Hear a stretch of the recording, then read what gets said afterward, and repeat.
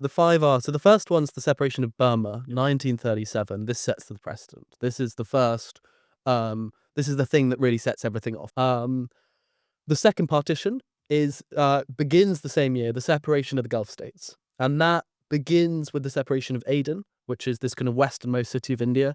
It's now in what's now southern Yemen, but was the western, like it was the beginning of India for everyone visiting India by ship back in the day, steamship from you stop there. And that was the first point of call. But the last of the Gulf states are literally only separated in April 47, just before the actual partition happened. So one of the arguments I make in the book is that our vision of undivided India basically only exists for 5 months.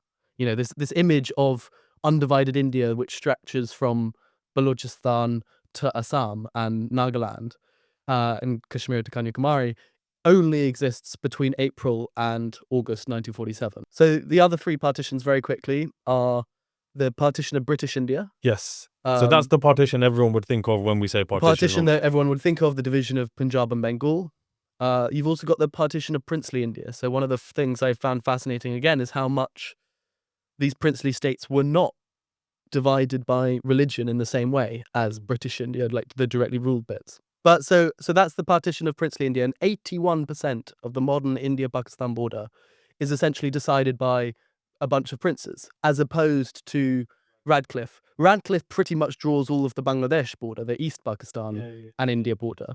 But actually, in the West, he only divides Punjab. The rest of that border that we all call the Radcliffe Line now is actually basically decided by princes who choose to join one state or the other.